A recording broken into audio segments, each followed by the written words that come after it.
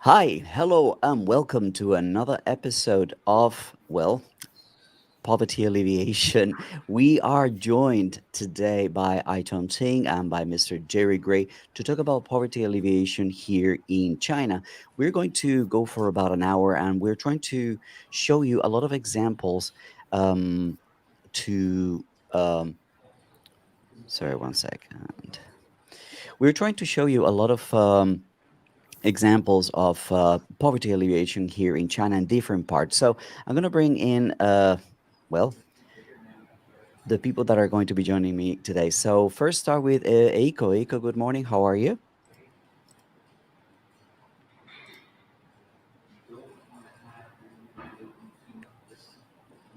Good morning. Can we hear each other? Yeah, I can hear. I can hear. Yeah, I can hear. got you. Okay. I can hear. Hi, Eiko, good everyone. morning.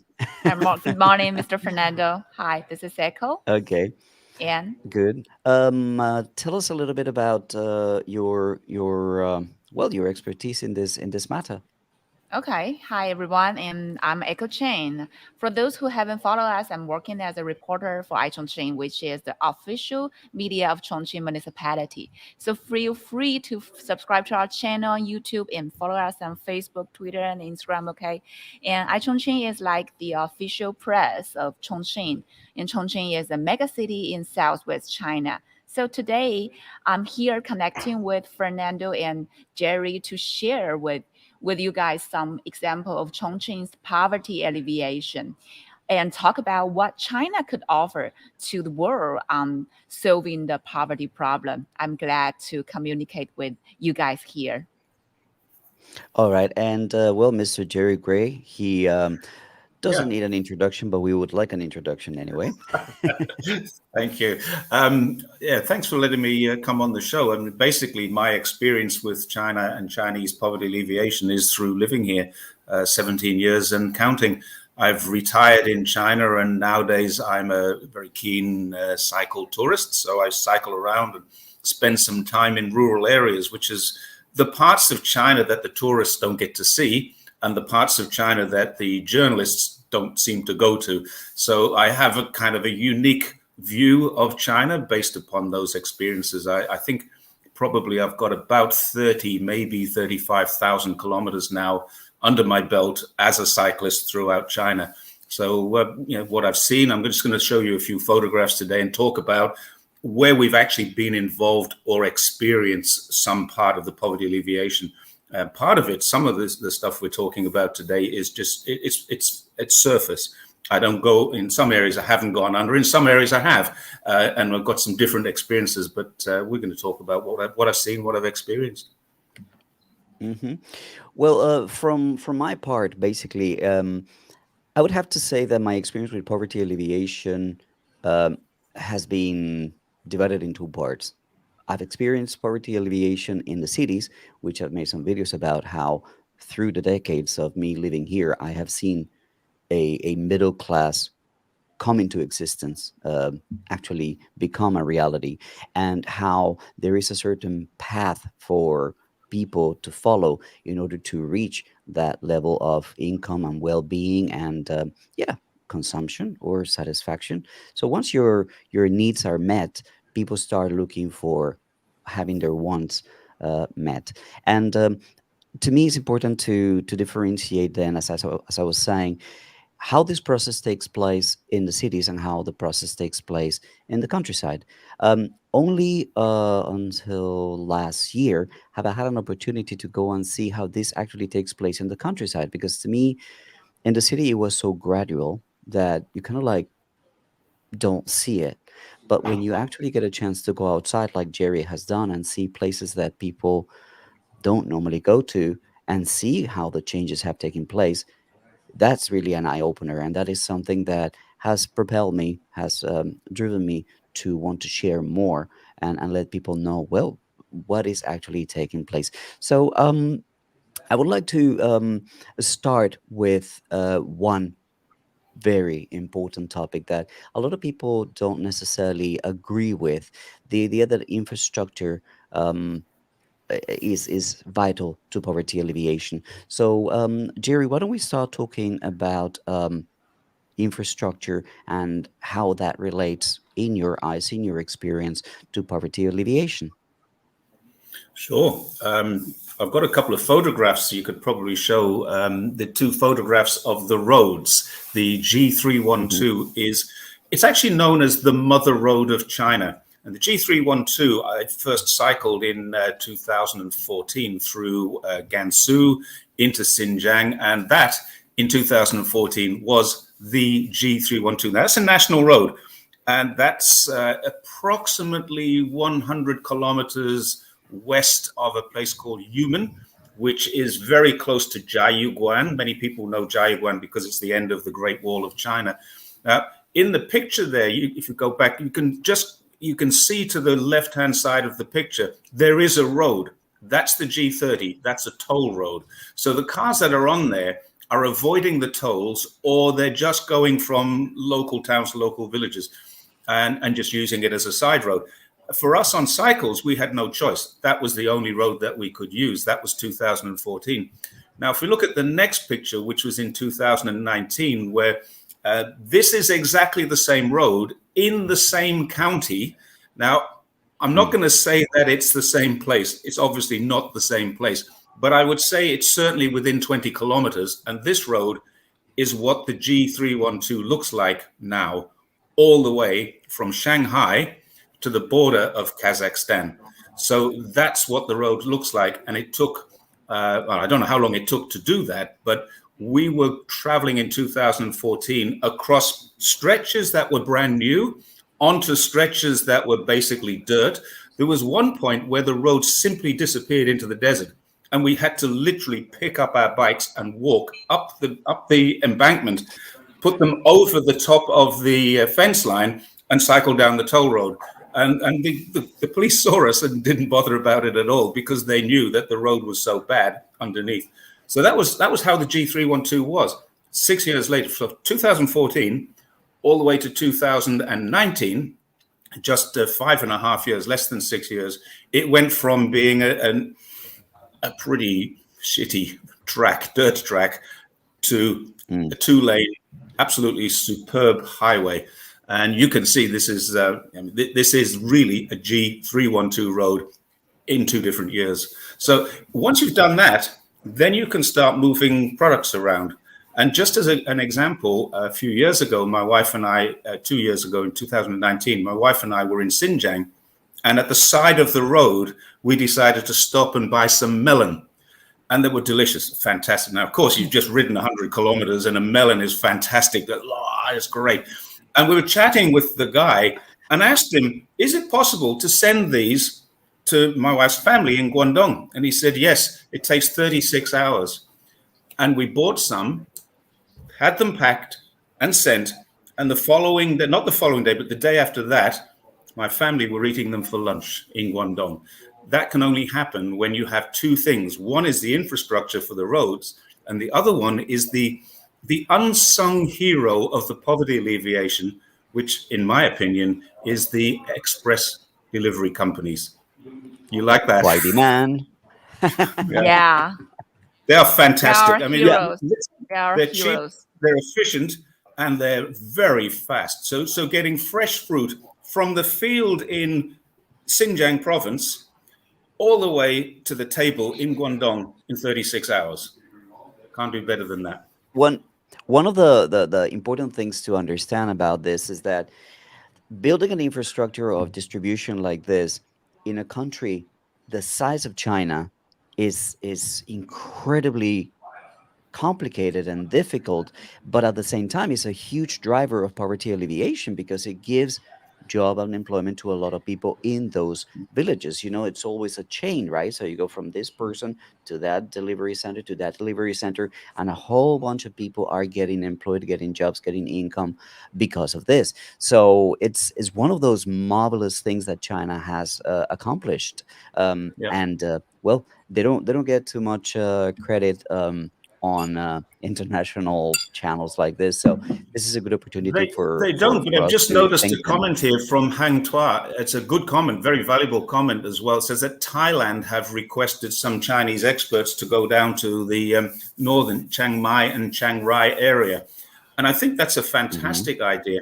And by the way, the same guy asked why I don't go in the Tour de France. They're too fast for me, or I'm too slow for them. But yeah, it's a fantastic idea that China can now spread this. And what they do, you made the comment that it's very complicated, but they make it very simple by going back to grassroots level. Every single village, every single town has its own experts and handles its own problems independently. And that's the important thing. Each village, so for example, in Shaoguan in Guangdong province, a couple of years ago, my wife and I were helping a family to send their kid to school, or my wife was, not me. And we went out to visit them and they said, we don't need you to help us next year. They had gone from being very, very poor corn growers to not wealthy by any stretch, but more comfortable chicken farmers. Because someone had come in and said, this land's not very good for corn. You're not growing enough, but you can use it to do chickens. And the government, local government, gave him 60 chicks or 200 chicks. And when we were there, he had like 6,000 chickens. And this had all happened in the space of 2 years, from the time we visited him 3-4 years ago to the time we visited him last year or the year before. And now they don't need our help. So my wife was helping the daughter who needed a school uniform, school bags and books and things like that every year. And it was just a Chinese New Year thing that we did. We went and gave them enough cash to do that. It wasn't very much money, but it helped them. Now they don't need help. So my wife has redirected that to another place where it does need help. Eiko, what is your perspective in terms of infrastructure being important for the development? Are there any examples in Chongqing that you could tell us about? Yeah, and I have a example, a video that this place, a Fengdu River, a long river. It's like a little village in Fengdu County. Chongqing has like 38 counties and districts, and Chongqing is also, like most places in China, is a mountainous city. So with limited cultivation areas. So this place used to be an old industrial place in Chongqing, but now they transform this place into something very green ecology industry area. And I think that really needs the development of the infrastructure. And we have more example for this, but first of all, I want to show you the video then. this. Yeah, okay.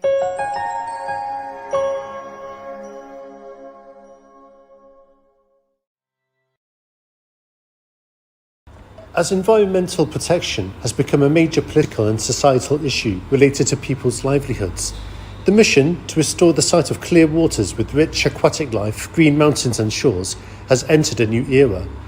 This objective is exemplified by the Fengdu County section of the Long River, which has been listed among the first batch of 17 national demonstration areas for lakes and rivers. A major project for environmental restoration in the Long River Valley is the demolition of Xingyuan chemical plant and adjacent cement factory.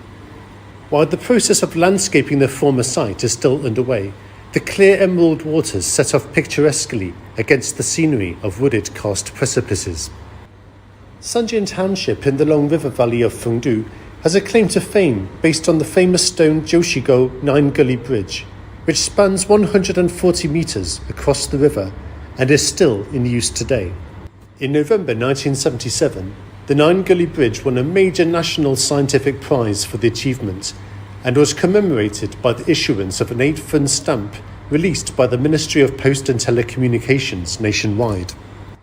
On December 22nd, Luchunba village of Sanjian Township, Fengdu County, was bestowed the award of Top 10 Most Beautiful Ecological Villages in China at the 2020 Boao International Summit held in the tropical province of Hainan.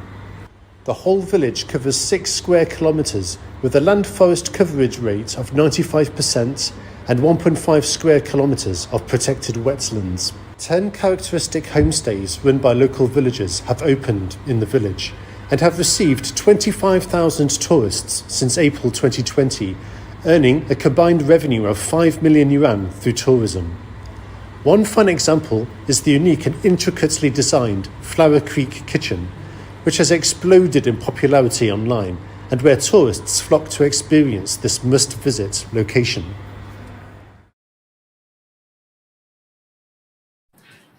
That's very interesting. Very, very Impressive. cool. Um, well, I would like to add a little bit before we move on to other aspects of poverty alleviation. There is a very popular saying in Chinese. You might correct me if I'm getting it wrong, but they say that if you want success, first you need to build a path to it. And that's why it is so important to connect the towns. One of the things that the government actually announced when they announced, well, we have eliminated poverty in China, was the fact that they had built roads into every village in the country. Um, the importance of this achievement cannot be praised enough. Now, I want to talk a little bit about Guizhou, a place that I visited earlier this year. Guizhou, if you know a little bit about the geography of China, China's like split into two main regions, and there's a diagonal line across from the northeast to the southwest, in which the plains and the rivers and the rolling hills become really high, steep mountains with not much agriculture possible. Well, Guizhou is kind of like at the gate of this region of China, and it is known for being a province. uh, the locals say that you cannot walk 1 kilometer without finding a mountain. So it's just very, very isolated from the rest of China because of that. And that led it to be one of the poorest provinces in the country. So when I went earlier this year, people were telling me about how important building ways into Guizhou and out of Guizhou has transformed the province into a hub for many things. Number one, big data. Large big data companies are moving into Guizhou and Guiyang to set up businesses there or just developing the region and bringing new jobs and high level jobs that require certain skills, but also to empower the farmers. Peppers are a very important part of Guizhou, chili peppers, and they have developed their farming to the point where now they can sell and set the prices of chili peppers all over China because the quality of their chili peppers can now reach all over the world. So I would like to show you first a couple of clips from Guizhou. One, it's a region around the Wujiang River, which is a 2 kilometer span of the Wujiang River over which, over the lifespan of my life, they have built three new bridges. It used to take hours for people to go from one place to another because one bank of the river to the other because they had to follow the mountains and just line up to try and cross the bridge. Now, with five bridges, one of them being a Gautier, a high speed railway. So let me show you this very, very short video and we can talk about it as we see it. So these are the five bridges over the Wujiang River in the Guizhou. That's the first river. That's the second river. It doesn't have a toll. That was the original river on the right, the original bridge on the right, and down at the back, you'll see the high speed train. This is all my footage that I took. So this is just me showing you what I was able to see. That's the high speed train coming out of that tunnel, coming into that tunnel, sorry. So it's remarkable to see how in a matter of 20 years, 30 years, they have been able to change a province that was isolated from the rest of the country and isolated to the world in a certain way into a hub for big data, high technology, and distribution of well the agricultural products. So that to me is something that I wanted to share with you, and it's an example of well how these projects of poverty alleviation requires infrastructure. These are not necessarily handouts to people. A lot of people misunderstand this.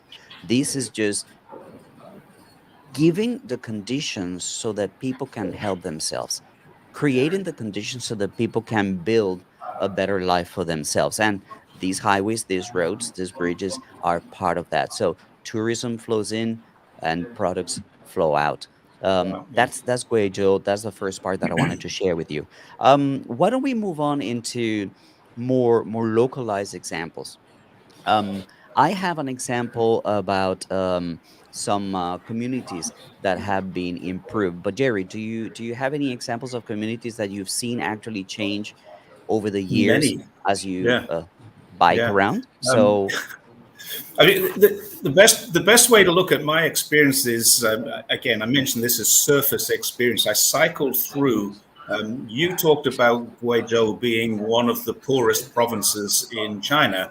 Well, Ningxia was even poorer. It's not a province; it's an autonomous zone, autonomous region. It's the Ningxia Hui Autonomous Region. I think that was the poorest.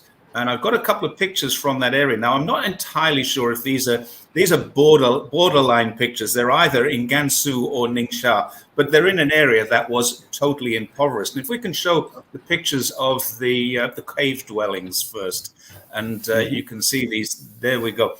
These are actually, or were actually, homes. People live. You can see one of them's got a front door, and these are actually the homes where people used to live. Now, you can see on the road there that this picture was taken in 2019. You can see this is a brand new road outside. If we go to the next picture, you'll see what's happened in that region since the first time I went there in 2014. People were living in homes like that. These two pictures are within a few kilometers of each other. They're both they're both taken in 2019. In 2014, people used to live in those caves, in those cut-ins into the cliff face, as it were.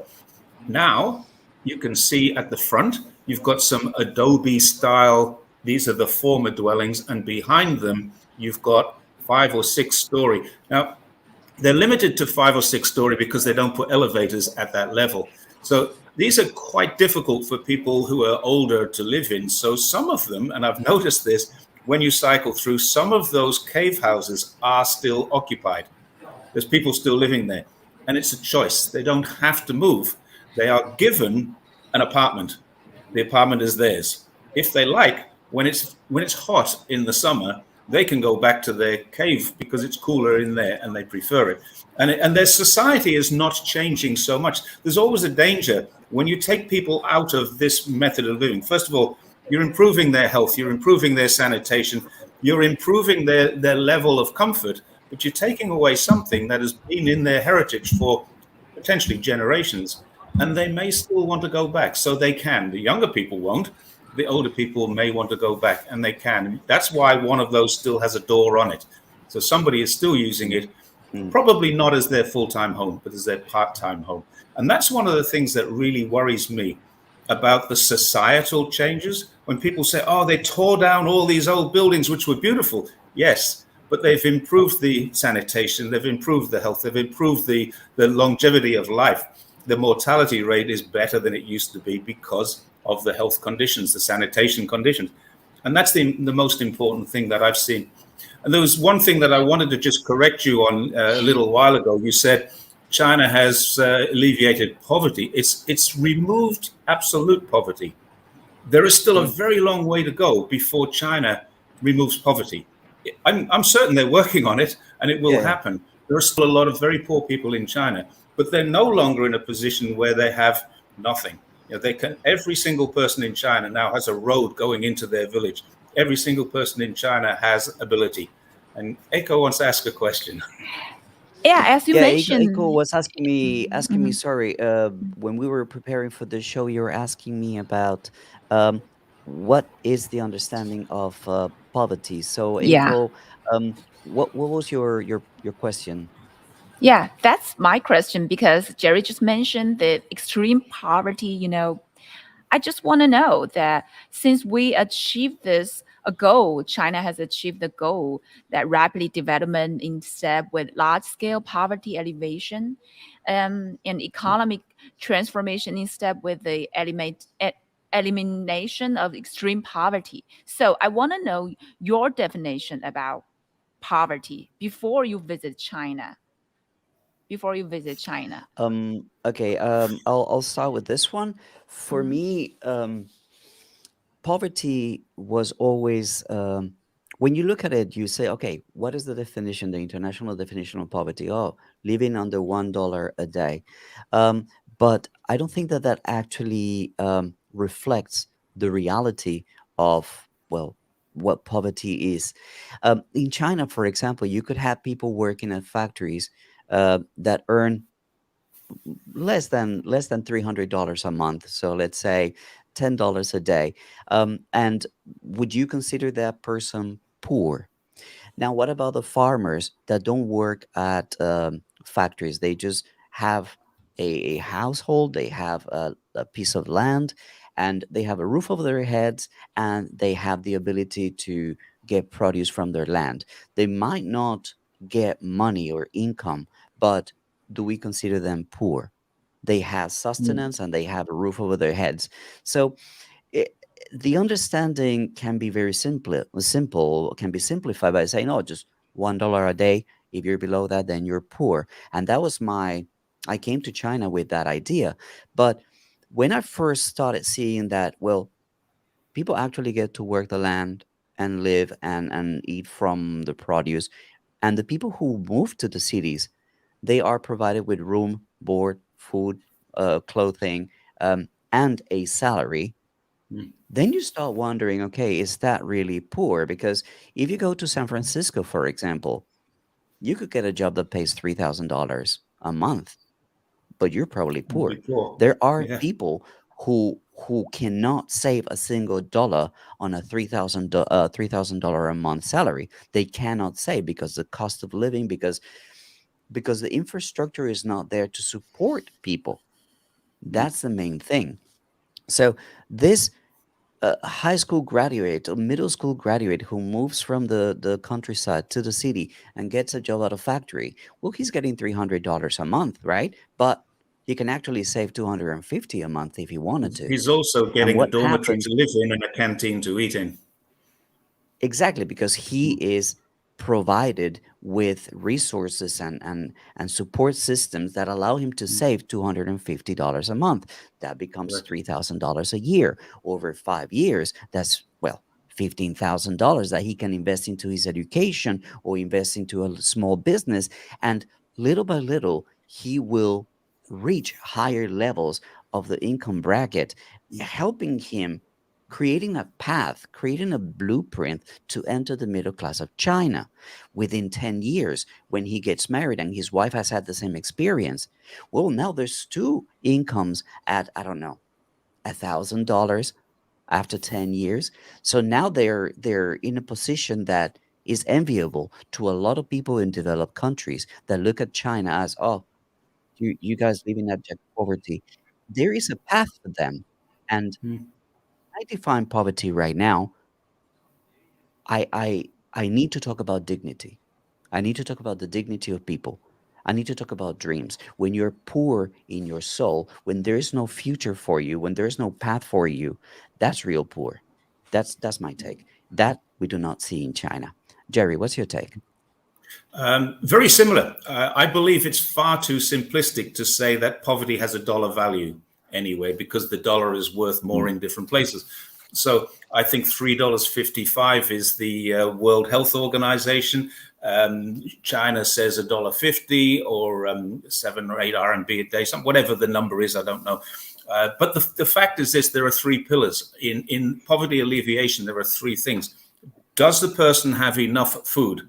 Does a person have proper clothing? Does a person have a roof over their head? If they've got those three things, then they're not in abject poverty. So the money value isn't important at all. What's important is, can this person live with the food? Can this person get an education? And can this person be sheltered from the weather? And once you have those three things, the rest of it is all let's add to that. And there are targets and goals, and the government has them. I did research on this a few months ago, and wrote an article about this. It's worth looking into a little bit deeper. For sure, it's far too simplistic to say poverty means people have less than $1, $2, $10, because if you're living in Eritrea in the desert and you've got $10 a day, what good is that to you? You can't buy anything. If you're living in Western China and you've got $10 a day, you're living pretty well. And that's a fact. You're living pretty well on $10 a day, but you're not living pretty well on $10 a day in New York or Los Angeles. I remember showing a video to my wife a few months ago of the Los Angeles homeless. And it was horrific seeing how these people lived. And these are ordinary Americans who don't have a home. They're living in cardboard boxes and tents. And I showed this to my wife. They have jobs. Sorry, some of them have jobs. Yes, and they have. Some of them do. Some of them don't, of course. But my wife's comment was amazing. She said, "Why don't they just go home?" Now that's the difference between the West and China. In China, everyone has a home to go to. Now, you may not want to go home. You may not want to live with your parents. You may not want to live in your home village, but your home village will support you. If you are homeless and on the street, the police will find you, give you a ticket back to your hometown where someone will meet you, and they will then help you to rehouse you, even re-educate you, and not allow you to be homeless again. Now, the people who are homeless in China very often have fallen through the cracks in the social security net. But in fact, there is very little homeless. Now, I challenge anybody. They will say to me, but there's thousands of homeless people in Guangzhou, for example, and they're sleeping under the roads and they're sleeping on the side of... Well, they are, but they're migrant workers who have chosen to save money by sleeping rough. And they've got their little communities there. They have a home. It may be in Guizhou, it may be in Hunan, it may be in Sichuan, it may be anywhere else. They have a home. They choose to save money by sleeping in a tent under the road and going to work every day. There's the difference. Yeah. I think that one thing that is important to really shed a light into is how personal these projects are, how individual this project. I mean, think about the size of China. Not one measure fits all. It's impossible. No. So they have these cadres, right, that we've known of, that go into communities, bureaucrats, that go into villages, that that actually figure out, and it's their job, and they come from different provinces and they are assigned, okay, you're going to work over there, you're going to work over there, and their job is to find out what can the people in this village do, what would work for them. So I would like to show you a couple of examples of two communities that I saw improving their quality of life with the help of these cadres. So first I would like to show you something in Wuhan. I find very interesting is how personal these projects of poverty alleviation are. As I mentioned in another video, what they do is they come and they talk to the family. This is a picture of the family, and they own this business. They talk to them and they find out what are their strengths, what do they know, what can they do to help, and together they put together a plan for this particular household. That's your government at work, improving your life. It's money spent on bringing people out of poverty, as opposed to waging wars around the world. How easy it is to actually get here. A very important part for tourism. If it's very difficult to get here, then people will not come. Tons of highways, paved roads, zero issues getting to this place. This is how infrastructure plays a very important role in developing these villages all over China. Yeah, this is, for example, the access road, paved one way, so it's a circular road. Oh, this looks like a hostel. This actually looks like a hotel. Check it out, here at the back. Let me see if I can show you the picture. This is the way this house looked before, and this is the way it looks now. Huge difference, huge improvement in the quality of life for the people. And because it looks like this, it will attract tourism. If it looked like this, people would probably not come here. So this effort, this investment that the government and cooperatives and private enterprises or private investors make is what enables these people, this village, to come out of poverty and to have better conditions for themselves. All right, so that was a very short example in Wuhan. I went there earlier this year, and I was just surprised to see, well, how many people go. It was like the middle of a holiday, and how many people go to these places to have a cup of coffee, to have lunch, to enjoy the local cuisine, to buy handcrafts. It's just a fantastic place. And well, it wasn't like that before. I have another example, but I don't know if you guys have anything else that you would like to add before this, because I have another community that I would like to share with you, but I would like to ask you guys. Eiko been very quiet recently. Yeah, I'm really amazed by this content that you share, because I haven't been in those places. And as a girl that grew up in the city, I know fewer about the situations in the village, but I can share some one of my live stream that I visit in a little town that they build the industry of this paper corn cultivation to help this place to help the farmer to increase incomes.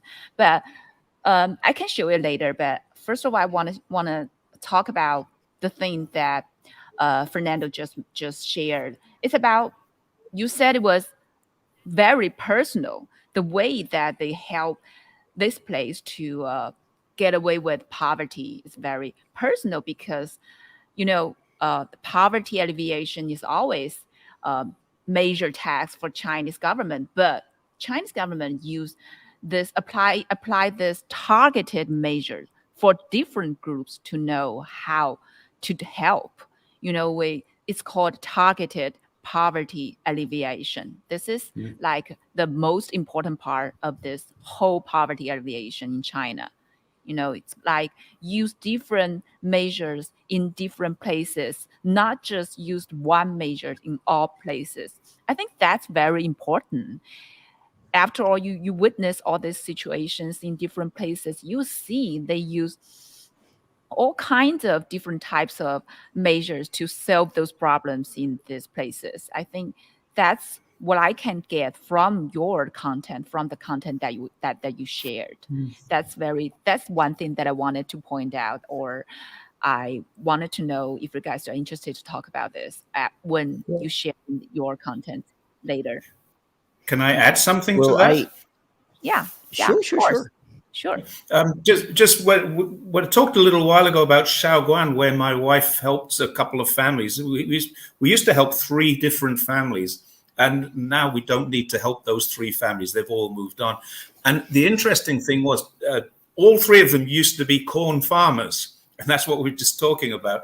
Now, one of them's a chicken farmer, and the others, I'm not sure what one of them was doing, because last time we went there, we didn't get to meet that family. But one of them has turned into a tobacco farmer, and the government gave him the tobacco seeds, because apparently, this is really interesting, the government got the university, local agricultural university from Guangzhou, to come out and do some analyses and work out what was best for each person.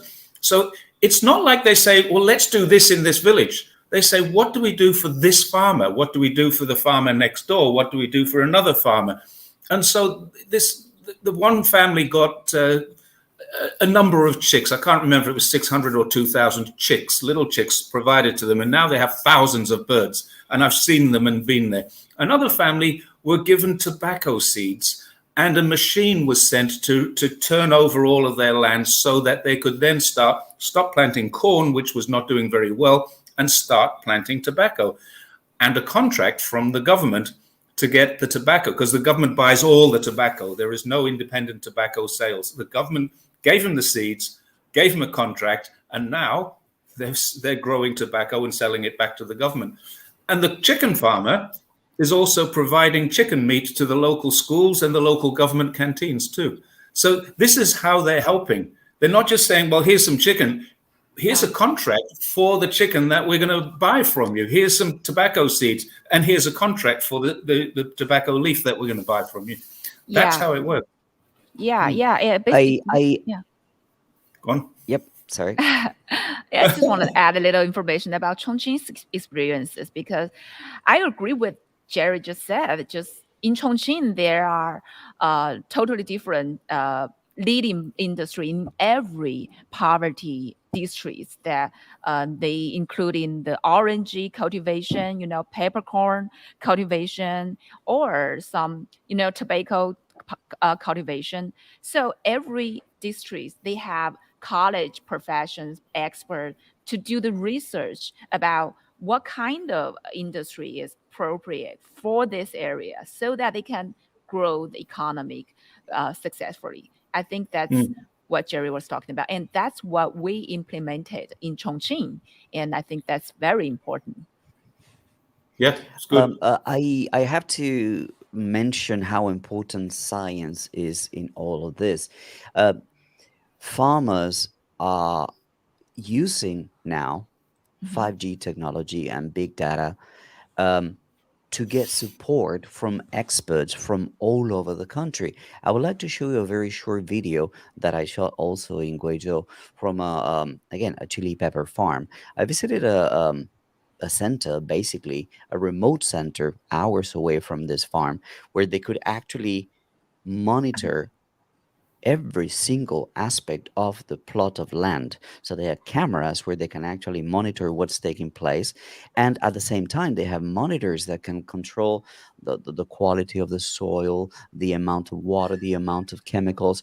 And based on daily readings, they give the farmers information like, look, in this particular area, you have to add this particular chemical, or in this particular area you're having this problem, do this, or these plants are a little bit too cold, do that. And they even give them tasks. So I would like to share that video with you, if I may, that was shot in Guizhou, in a You in may. a farm. Thank you.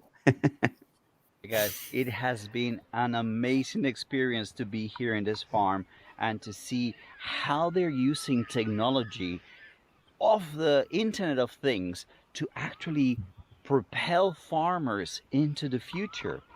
Everything, all kind of data can be shared with that central server that we saw back in the city. We have driven about an hour and a half on highways and very high mountains and forests to get to this land where the farmer we were talking to was actually working.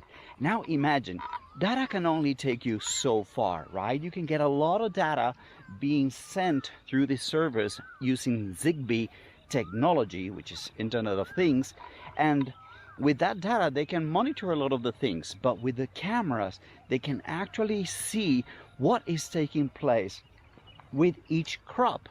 We were seeing the capabilities of those cameras, the zoom. It can actually focus on one particular plant. Now, another very interesting thing is the fact that all the farmers, the thousands of farmers that use this service, each and every one of them has an app.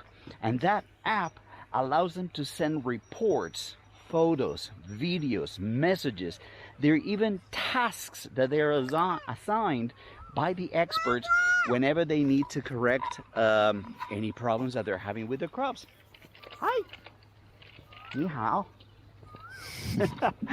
So the lives of farmers are being really helped by this kind of technology. And the most amazing thing about this is that it is free. The services that the government gives to the farmers out here are absolutely free. So there you go, guys. This is something that I wanted to show you, which is, to me, it just blew my mind. Yeah, Jerry?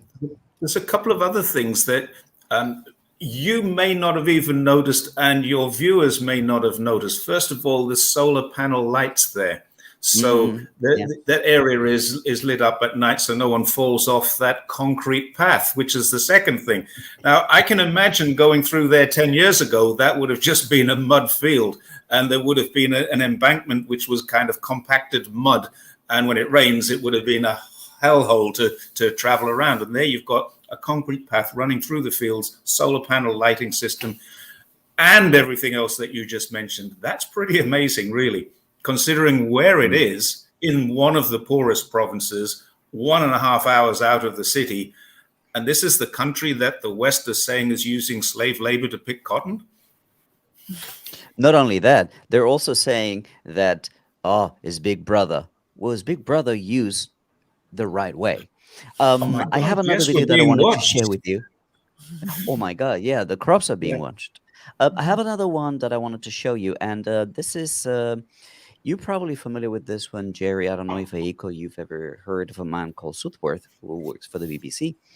He went to this village. It's called the Cliff Village. This is a village that is so far up the mountains and from the roads that it used to take about a day to go up and down. And there were hundreds of people living up in that village that were completely closed up from civilization. I mean, it was very difficult to get education, to get food, to get supplies, to get services, because they had to climb a rattan ladder. It was so dangerous, so treacherous, and so tiring. Imagine carrying just, I don't know, 5 gallons You're of water. shocking. Yeah. It would be impossible. So what the government did is they went there and they had a talk with them and said, like, look, we want to move you out of this area into a new residences down by the city. How do you feel about that? And a lot of people took that offer, but some of them said, no, we like it here. We don't want to go down there. We want to stay here. So the government said, okay, we respect that. Ooh, did I say respect? I thought we were oppression. Okay, we respect your choices. We respect what you want to do, but how can we make it better? So they started bringing better services, better utilities, water, power, electricity, and they built this steel ladder that I want to show you. So this is a center that is in the village that they built, the new community that they built, but they still have photos of how things used to be. So let me show you this one quick second. So as you can see, this is how the people from the cliff, as they call them, Oh my God. used to live. You can see how they used to climb. This is Seems what they've like done now totally for inhospitable. tourists and Yep. for Yeah. the people who still want to live there, because some people have chosen to remain there. This is the state of some of the homes that they had. Those are homes at the top. The state of the roads. This is what they used to do.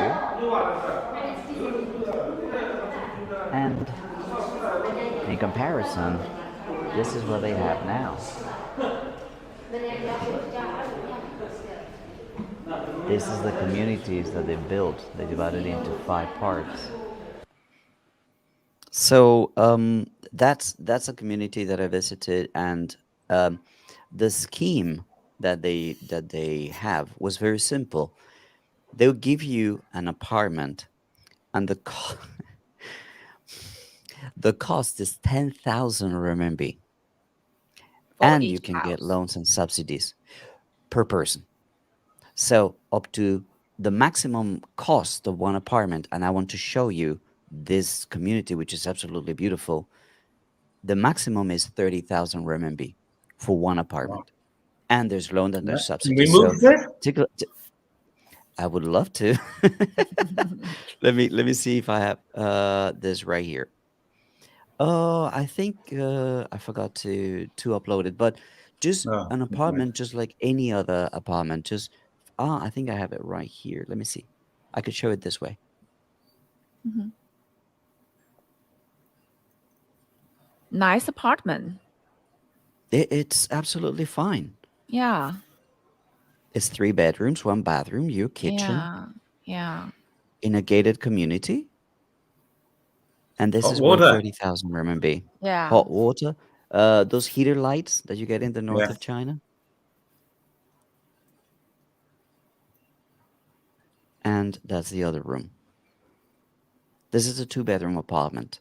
So this cost 20,000 RMB. How Wow. much do you pay for rent? I pay 5,000 RMB a month. I don't pay rent. So, oh, you own, okay. So, Yeah. yeah, it's interesting to see how different solutions apply to different people in the same region of this Yi minority.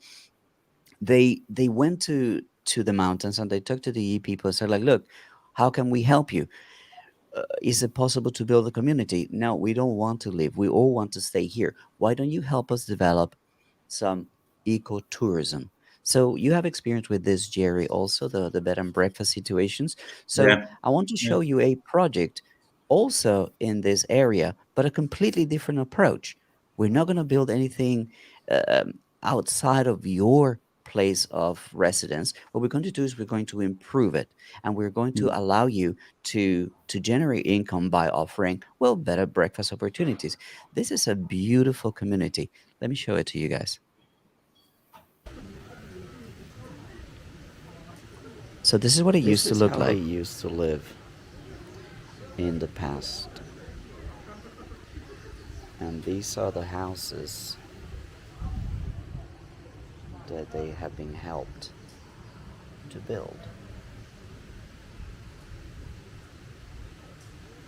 You can see here the development of this project and the involvement of the community.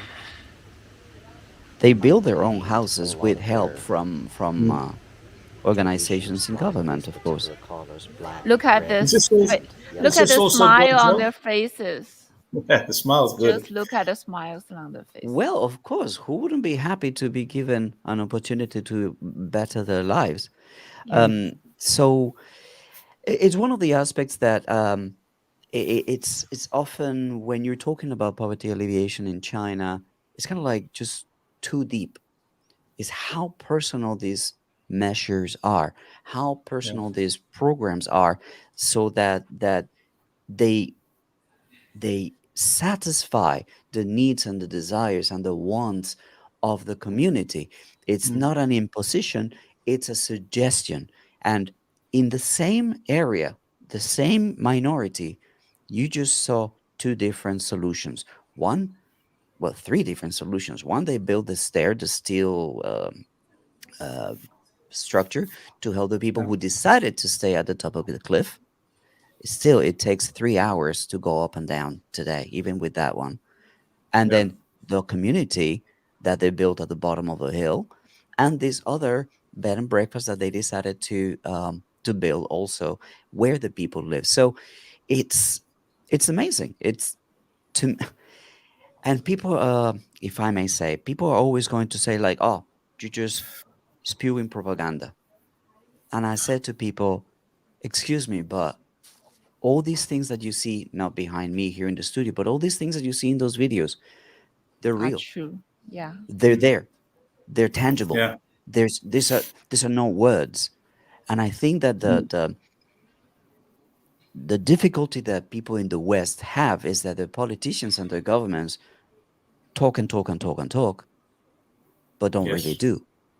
Here, They've got to do it they within do, four and after they years, do, otherwise it'll get scrapped or changed. Mm. exactly.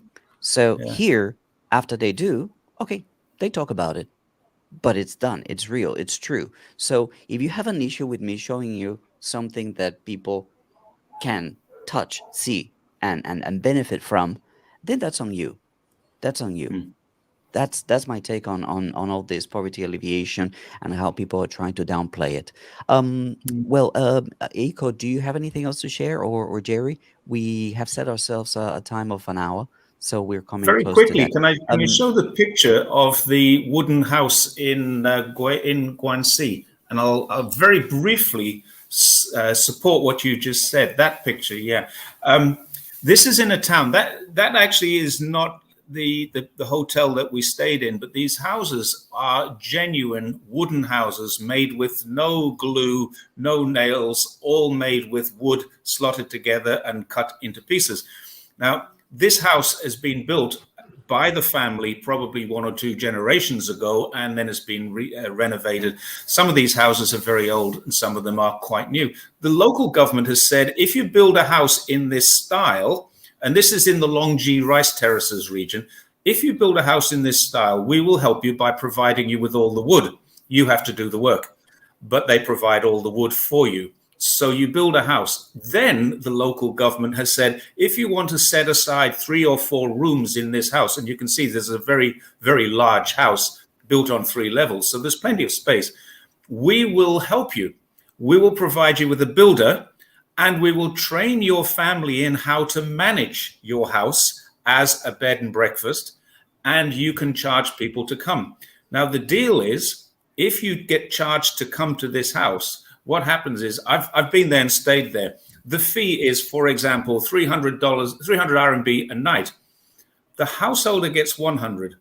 The builder who developed it gets 100, and the government gets 100 back from their investment. The builder's investing, the house, the people who own the house don't pay a cent. They get 100 RMB, 30%, and they get to get free training on how to manage it. Now, when we were there, it wasn't that particular one, but I didn't have such a good picture of our hotel. It's very, very similar. And ours was also a lot harder to get to. It was up 300 and something steps, like your other place. Not quite as hard, but hard enough. And we stayed in this magnificent bed and breakfast. It was as good as a 4-star. And we paid the fee. Now the householder gets paid. We got an incredibly good breakfast the next morning. My wife got a great Chinese-style breakfast, and they said, do you want a Western breakfast? Wow. This will be good. And it wasn't quite what I imagined it was going to be. It was actually a club sandwich for breakfast.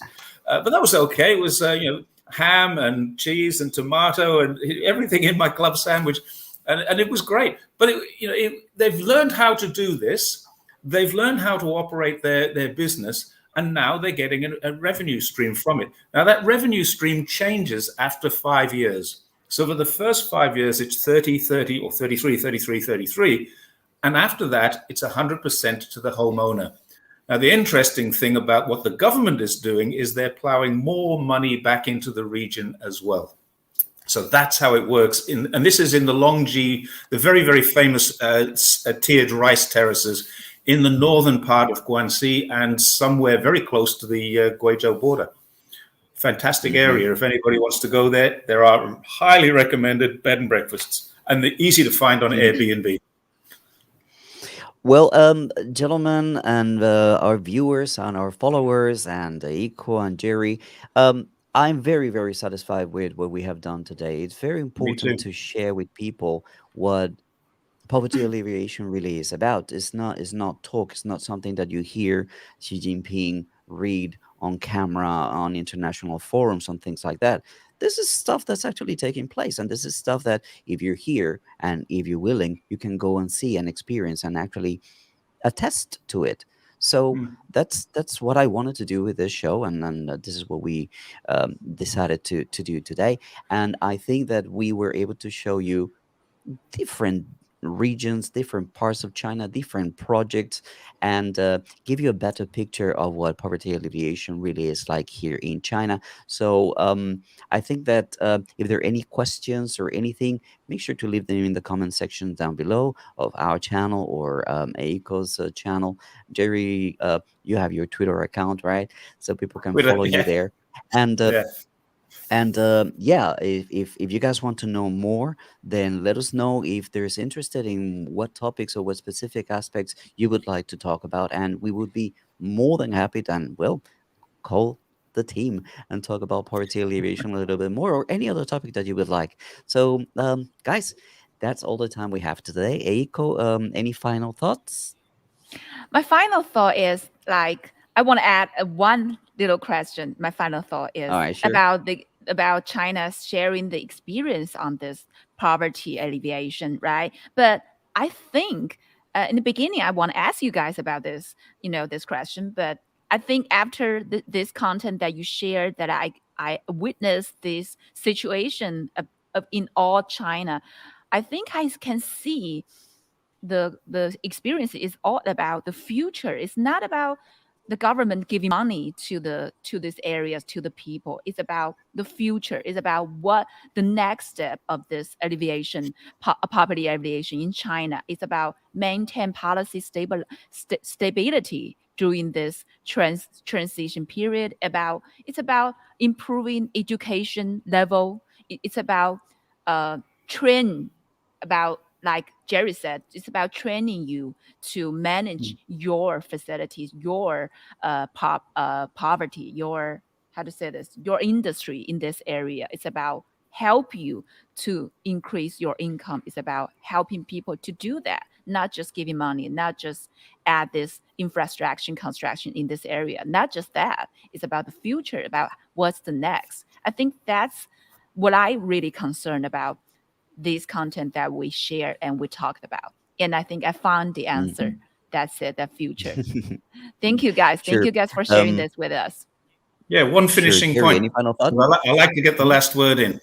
One finishing point, exactly what you just said. China does not give out stimulus checks.